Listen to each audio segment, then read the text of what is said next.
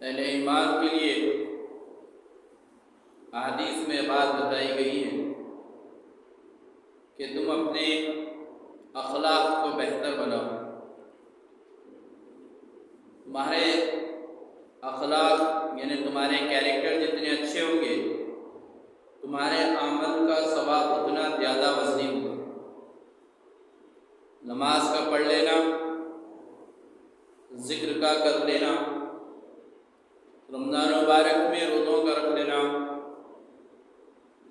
مالدار ہو کے زکوٰۃ کا ادا کرنا یا زندگی میں حج کر لینا، یہ تو فرائض عبادتیں ہیں. لیکن اس کے ساتھ ساتھ ہم اگر اپنے اخلاق کی طرف توجہ نہیں دیں گے، ہمارے اخلاق کو اگر ہم درست نہیں کریں گے، ہماری زبان کی اگر ہم حفاظت نہیں کریں گے تو پھر اللہ کے عذاب سے ہم کو کوئی بچا نہیں سکے گا. اخلاق کا بہتر ہونا بے حد ضروری ہے، ہر ایک انسان کے لیے ہی ضروری ہے، اور خاص طور سے اہل ایمان کو یعنی مسلمان کو، یعنی جس نے کلمہ پڑھا ہے لا الہ الا اللہ محمد رسول اللہ صلی اللہ علیہ وسلم، اس کے لیے تو بے حد ضروری ہے. ایک معنی میں آپ اس کو ایمان کے شعبوں میں شمار کر سکتے ہیں. ایمان کے کئی شعبے جس میں حیا بھی ایک، یعنی حیا شرف جسے کہتے ہیں، وہ بھی ایمان کا ایک حصہ ہے. نمازوں کا ادا کرنا بھی، اللہ کے حکموں پر چلنا بھی ایک حصہ ہے ایمان. اللہ پر ایمان رکھنا، اللہ کے نبی صلی اللہ علیہ وسلم پر ایمان رکھنا، قرآن و حدیث کے اوپر ایمان رکھنا، جتنے پیغمبر دنیا میں گزرے ان تمام پیغمبروں پر ایمان رکھنا، جو آسمانی کتابیں نازل کی گئی توریت، زبور، انجیل، قرآن، تمام چیزوں پر اور صحیفوں پر ایمان رکھنا، یہ ایمان کے شعبے ہیں. معاملہ داری کا صحیح ہونا، کاروبار کا صحیح ہونا، یہ بھی ایمان کے شعبے ہیں. صرف نماز پڑھ لینا، روزے رکھ لینا، زکوٰۃ کا ادا کر دینا، یہی ایمان نہیں ہے بس. یہ تو ایمان کے شعبے میں فرض ہے وہ. لیکن انسان کا، ایمان والے کا حیادار ہونا، اس کے اندر اخلاق اعلیٰ پیمانے پر ہونا، یہ بھی ایمان کا شعبہ ہے. اس لیے اپنے ایمان کو، اپنے اعمال کو بچانے کے لیے جہاں ہم کو اللہ کے حکموں پر چلنا ہے، قرآن و حدیث کی روشنی میں اپنی زندگی کو گزارنا ہے، اسی میں اللہ کا حکم ہے، نبی صلی اللہ علیہ وسلم کا طریقہ ہے، اللہ کے نبی صلی اللہ علیہ وسلم کا حکم، اللہ کا حکم قرآن و حدیث سے بات ثابت ہے کہ ہم اپنے اخلاق کو درست کریں. آپ کے جتنے اخلاق اچھے ہوں گے آپ اتنے اعلیٰ درجے پہ آپ پہنچیں گے. اس لیے اپنی زبانوں کی ہم کو حفاظت کرنا ہے، جھوٹ سے، فریب سے، دھوکہ دہی سے، غل خوری سے،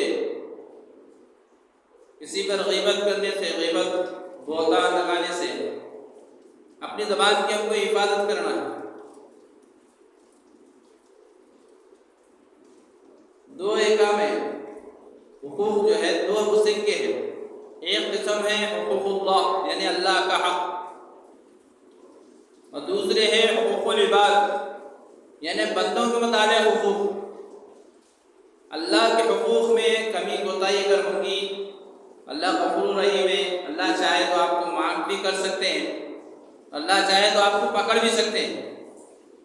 یہ اللہ کا اپنا مسئلہ ہے. اللہ چاہے تو معاف کریں گے، چاہے تو آپ کو پکڑ لیں گے فرض کی کوتاہی اللہ کے حقوق کی ادائیگی کے اندر. لیکن جہاں مسئلہ بندے کے حقوق کا آیا، حقوق العباد کا جہاں مسئلہ آیا، وہاں پر بندوں سے سوال ہو کہ تم اپنے حقوق کو ادا کرنا پڑے گا.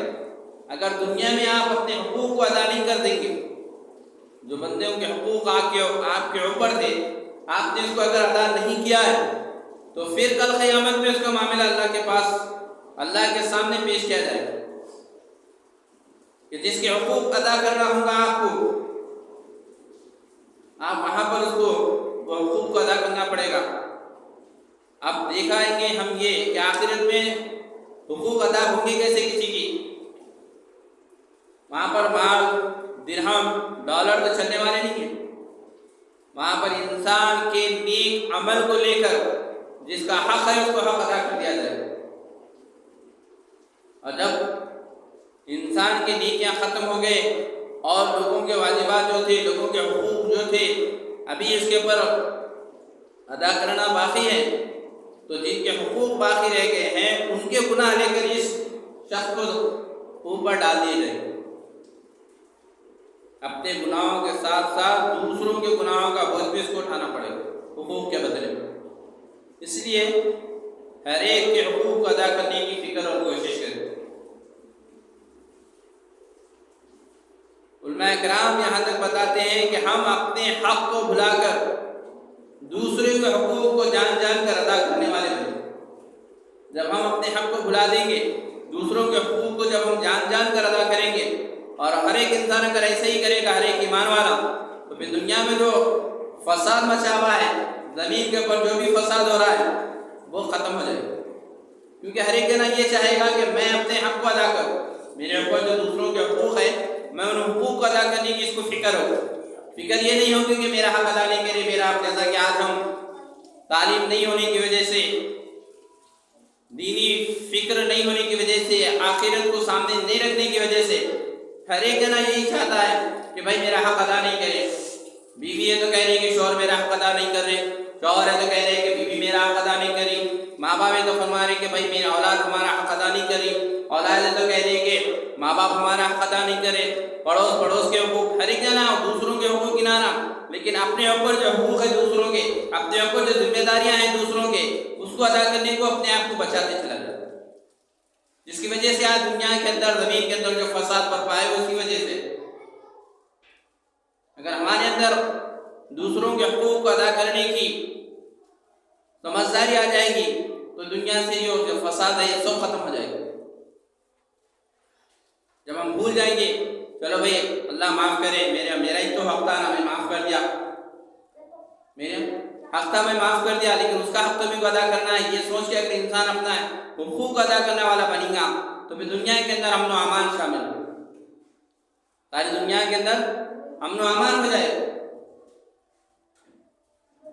اس کی فکر کرنا ہے، ہم کو اس کی فکر کرنا ہے، زبان کی حفاظت کرنا ہے.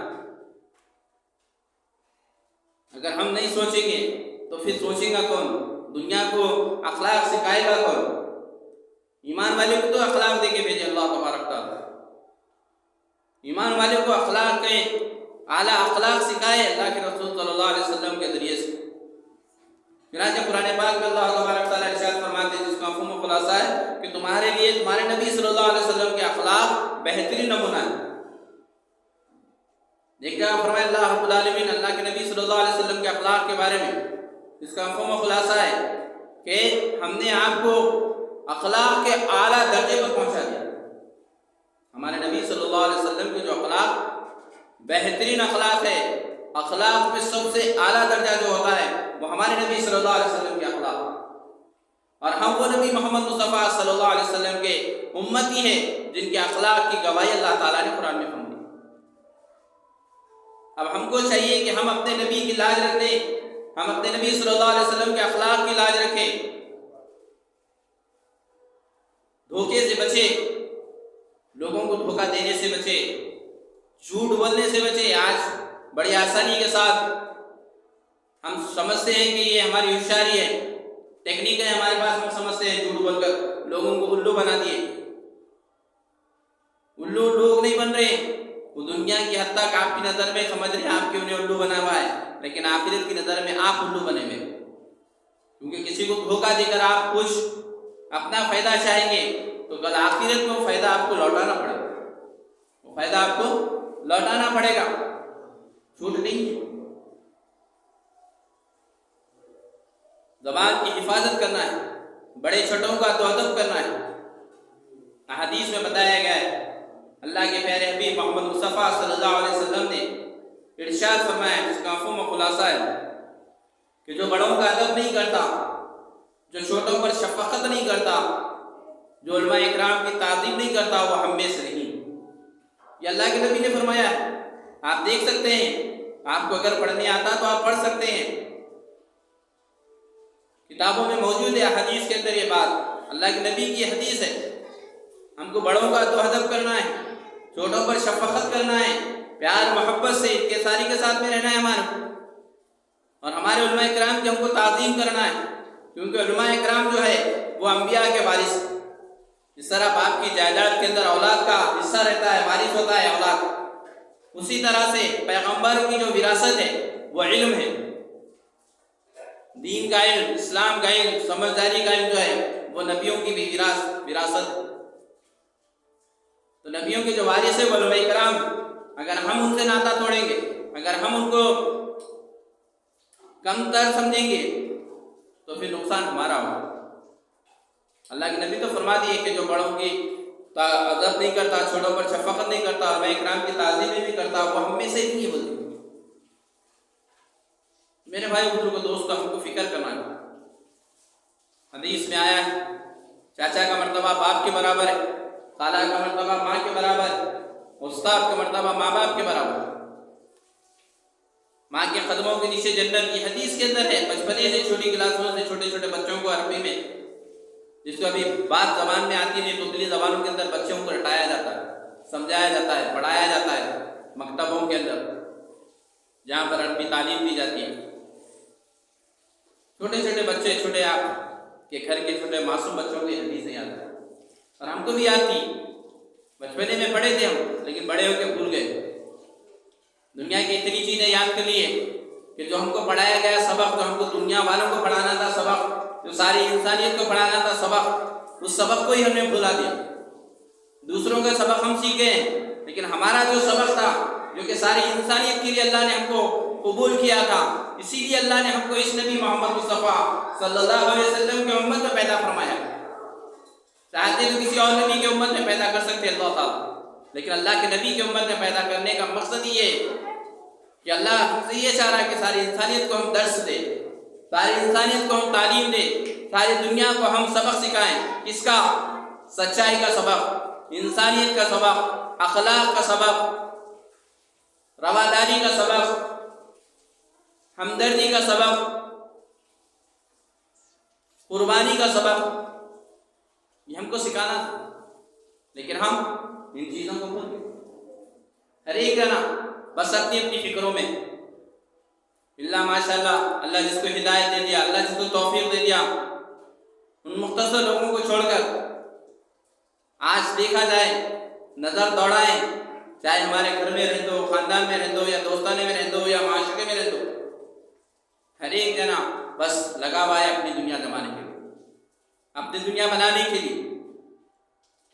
بناؤ، دنیا بنانے سے آپ کو منع نہیں کرے، لیکن حق حلال کے ساتھ بناؤ۔ آپ کتنی بھی کوشش کر لو، آپ کتنا بھی جھوٹ بولو، آپ کتنا بھی دھوکہ دے لو، آپ جو چاہے وہ کر لو، آپ کے مقدر میں جو ہے اس سے بڑھ کے آپ کو ایک چیز نہیں بڑھ کے نہیں ملے گی۔ آپ کے مقدر میں جو روزی اللہ تعالیٰ نے لکھ دی ہے، اس سے ایک پیسہ، ایک پائی بڑھ کے آپ نہ کما سکتے، نہ کم کما سکتے۔ بس صبر کے ساتھ، کوشش اور محنت کے ساتھ، اللہ کی عبادت کو سامنے رکھتے ہوئے، اللہ کے احکامات کو سامنے رکھتے ہوئے، اللہ کے نبی صلی اللہ علیہ وسلم کے احکامات کو سامنے رکھتے ہوئے روزے کو کمانا ہے۔ منع نہیں کرے روزے۔ آپ مال کمائیں گے تو زکوٰۃ ادا کریں گے، آپ مال کمائیں گے، آپ کے پاس مال رہیں گا ہی تو آپ حج کر سکیں گے، عمرہ کر سکیں گے، دوسروں کی مدد کر سکیں گے نا۔ جب آپ کمائیں گے نہیں تو آئیں گا کہاں سے؟ لیکن اللہ تعالیٰ بغیر محنت کے بھی کئی جنوں کو دے کے بتا دیتے۔ کوشش کرنا ہے، محنت کرنا ہے، لیکن اللہ کی عبادت کے ساتھ، اللہ اس کے رسول صلی اللہ علیہ وسلم کے حکموں کے ساتھ۔ ملے گا اتنا ہی جتنا آپ کے مقدر میں ہے، مقدر سے زیادہ آپ کو مل ہی نہیں سکتا، مقدر سے کم بھی آپ کو مل ہی نہیں سکتا۔ حدیث میں بیان کیا گیا ہے، جس کا مفہوم خلاصہ ہے، انسان اس وقت تک مر ہی نہیں سکتا جب تک کہ اس کے مقدر کی روزی اس کو نہ مل جائے۔ اس کے مقدر کی روزی جب تک اس کو نہیں ملے گی وہ مرے گا نہیں۔ اگر 1 سیکنڈ کی اگر سانس اس کی لینا باقی ہے تو جب تک وہ 1 سیکنڈ کی سانس نہیں لے گا وہ مرے گا نہیں۔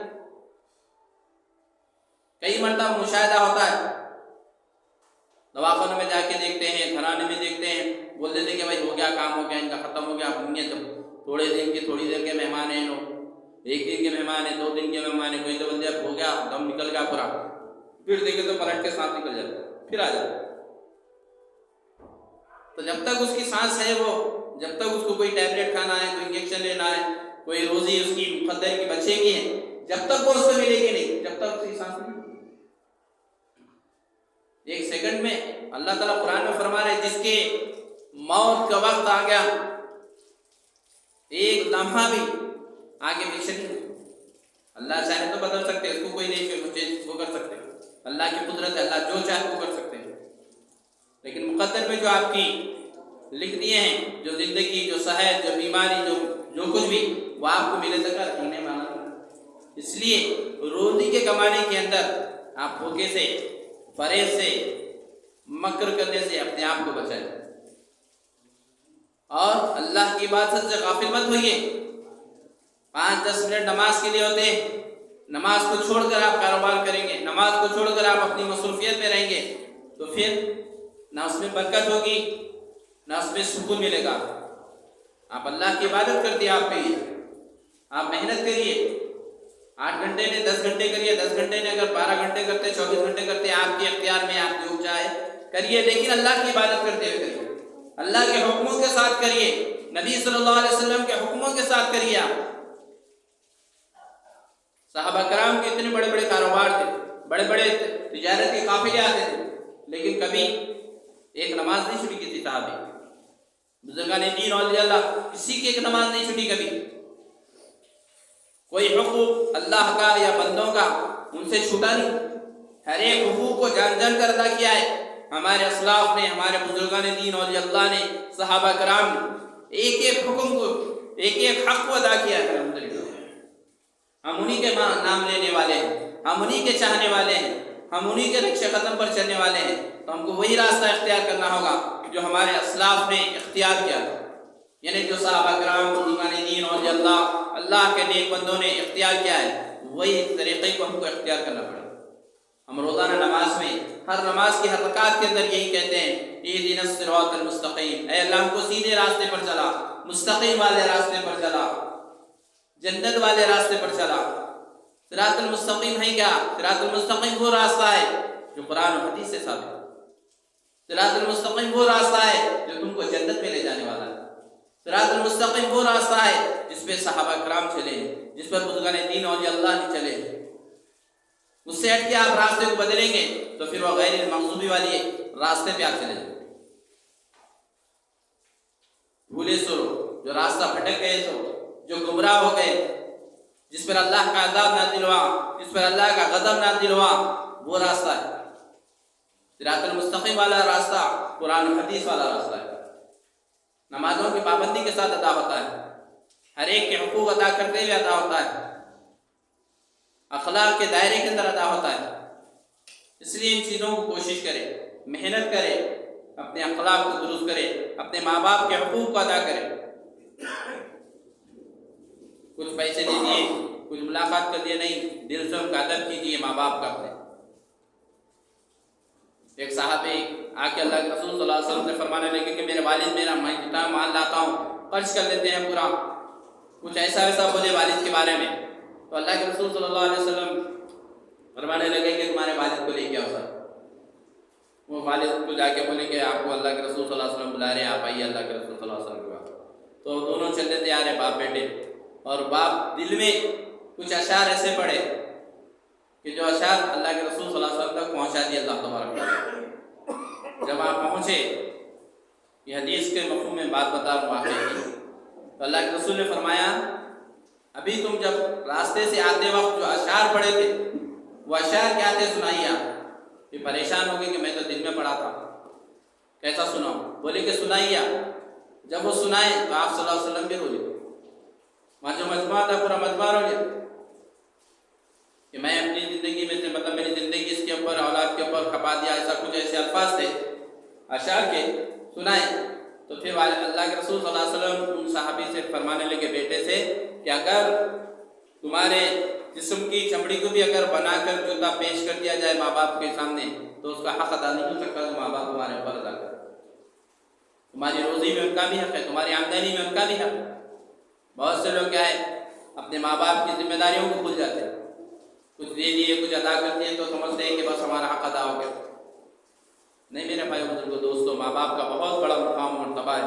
ماں باپ اگر راضی ہے تو اللہ بھی راضی ہے آپ سے، اگر ماں باپ ناراض ہے تو اللہ بھی آپ سے ناراض ہے۔ اس لیے دنیا کی فکر مت کیجیے آپ، اللہ کی آخرت کی فکر کیجیے آپ، اللہ کے حکم پر چلیے آپ، اور غیر شرعی عمل سے اپنے آپ کو بچائیے، غیر اسلامی عمل سے اپنے آپ کو بچائیے۔ دنیا تو مختصر ہے، گزر جائے گی، اصل مسئلہ خبر کا ہے، اصل مسئلہ جو ہے پرسرات کا ہے، اصل مسئلہ جو ہے وہ آخرت کا ہے۔ دنیا کی تھوڑی خوشی وقت کی، تھوڑے سے وقت کی فراغی، تھوڑے سے وقت کی خوشی کے لیے اپنی آخرت کو برباد مت کیجیے، اپنے اہل و عیال کی حفاظت کیجیے، اوقات کی۔ وقت گزرتا چلا جا رہا ہے، ہم موت کے قریب ہوتے جا رہے ہیں، زندگی سے دور ہوتے جا رہے ہیں، دنیا سے دور ہوتے جا رہے ہیں، تو ہم فکر کریں شریعت کیا ہے، دین کیا ہے، حدیث کیا ہے، قرآن کیا ہے، اپنی اولادوں کو، اپنے اہل و عیال کو سمجھائیں، سکھائیں، کو غیروں کے طریقوں سے بچائیں۔ چھوٹا بچہ ہے، کچھ بھی نہیں ہوتا، کلے رہنا، بڑا ہو تو سمجھ جاتا، یہ ذمہ داری نہیں ہوتی آپ۔ ماں باپ ہے آپ اچھے برے کے ان کے ذمہ دار ہیں۔ آپ اگر ان کو صحیح تعلیم تربیت نہیں دیں گے، چھوڑ دیں گے ان کے ہاتھ میں ان کو، تو کل آخر بڑے ہونے کے بعد جتنا بھی وہ غلط عمل کریں گے ان کی ذمہ داری آپ کے اوپر بھی ہوگی۔ اس لیے اپنی اولادوں کی فکر کیجیے، اوقات کی فکر کیجیے، ان کو دین سکھائیے، ان کو نماز سکھائیے، ان کے نمازوں کی حفاظت کیجیے، ان کے نمازوں کو اپنے سامنے اپنے مشاہدے کے اندر رکھ کے ان کو پڑھائیے، 2 رکعت نفل نماز پڑھنے لگائیے، گھر میں کھانے ٹھہریے آپ، ماں باپ جو ہے ذمہ دار جو ہے کہ پڑھ بیٹے کیا پڑھے نماز کے اندر، تم تیار کب پڑھتے، درود کب پڑھتے، نماز میں کیا کیا پڑھتے، بچوں کی آپ تربیت کیجیے، سکھائیے ان کو۔ آپ سکھائیں گے، بچہ آپ کا زندگی میں جب بھی نماز پڑھے گا بچہ آپ کا، جب بھی کوئی سورہ پڑھے گا آپ کا بچہ، آپ کے نام آنے میں اس کا اجر و ثواب آپ کو محفوظ ملے گا۔ فکر کیجیے اپنی اولادوں کی، اپنے گھر والوں کی فکر کیجیے، نمازوں کی پابندی کرنے لگائیے، نمازوں کے اوقات کی پابندی، نماز تو پڑھ رہے الحمدللہ، ہمارے بستی کے اندر چھوٹے چھوٹے معصوم بچے بھی، اللہ کا فضل و کرم ہے، اللہ ان کو اور ہدایت توفیق عطا فرمائے، الحمدللہ آتے ہیں، آگے پیچھے ہوتا ہے وقت، الگ بات ہے وہ، لیکن الحمدللہ ہم ان کے اوقات کی بھی فکر کریں۔ ہمارے بچے پڑھنے والے الحمدللہ نماز، اب ہم ان کے نمازوں کے اوقات کی بھی فکر کریں کہ بھائی اذان کے ساتھ میں گئے تھے یا نہیں گئے تھے۔ ہم اگر 1 سے 4 خود ان کو سمجھائیں گے، بولیں گے، تو الحمدللہ ہمارے بچے پھر اذان سے پہلے مسجد میں آنے والے بنے۔ اور یہ چیزیں، یہ جو بچے ہیں ہمارے، یہی مستقبل ہمارا۔ ہم تو چلے جائیں گے، آج بڑے کل مر جاتے، ہم چلے جاتے، لیکن یہ جو بچے ہیں ہماری جو اولادیں ہیں، جو معصوم ہیں، وہی لوگ جب مسجدوں کو آتے رہیں گے تو یہی لوگ مسجدوں کے محافظ بنیں گے، یہی لوگ مسجدوں کے ذمہ دار بنیں گے، یہی لوگ دنیا کے کوسے کونے میں کہاں کھون جائیں گے پتہ نہیں، تو وہاں پر جا کے وہ اخلاق کو سکھائیں گے، نماز کو سکھائیں گے، تو دنیا کے اندر دین کو پھیلانے کا، اسلام کو پھیلانے کا، قرآن حدیث کو پھیلانے کا ذریعہ ہم بھی بنیں گے۔ اس لیے فکریں کریں اپنی اولادوں کے نمازوں کی پابندی کے ساتھ، نماز کی پابندی کے ساتھ، اوقات کی پابندی کے ساتھ ہمارے بچے پڑھیں، ہم اس کی فکر کریں۔